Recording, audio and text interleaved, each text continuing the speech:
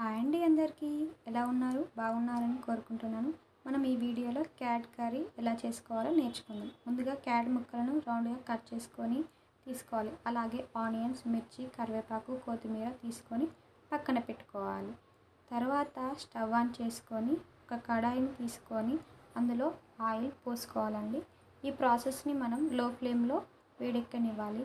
ఇలా ఆయిల్ వేడెక్కాక ఇందులో జీలకర్ర, ఆవాలు వేసుకోవాలి.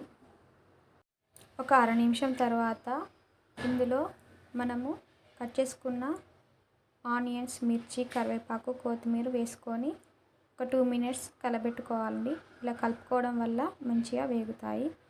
ఇందులో మనము 1 స్పూన్ అల్లం వెల్లుల్లి పేస్ట్ వేసుకోవాలండి.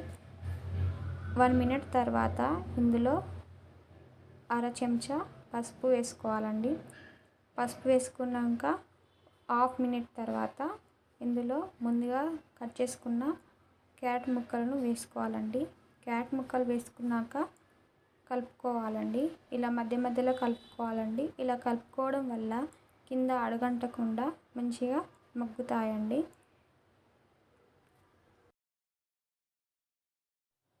ఇప్పుడు క్యాట్ ముక్కలు గోల్డెన్ బ్రౌన్ కలర్ వచ్చాక ఇందులో 2 స్పూన్ల సాల్ట్ను వేసుకోవాలండి. సాల్ట్ వేసుకొని కలుపుకొని ఒక 2 నిమిషాల తర్వాత కొత్తిమీరని యాడ్ చేసుకోవాలండి. కొత్తిమీర వేసుకున్నాక ఒక 2 నిమిషాల తర్వాత ఇందులో 2 స్పూన్ల కారంను వేసుకోవాలండి. కారం వేసుకున్నాక 2 నిమిషాల తర్వాత కొంచెం అంత ధనియాల పౌడర్ వేసుకోవాలండి. ఇలా వేసుకోవడం వల్ల టేస్ట్ బాగుంటుంది. యమ్మీ క్యాట్ ఫ్రై రెడీ అయిపోయిందండి. ఇప్పుడు స్టవ్ ఆఫ్ చేసుకొని సర్వ్ చేసుకోవడమేనండి. That's all. Please subscribe.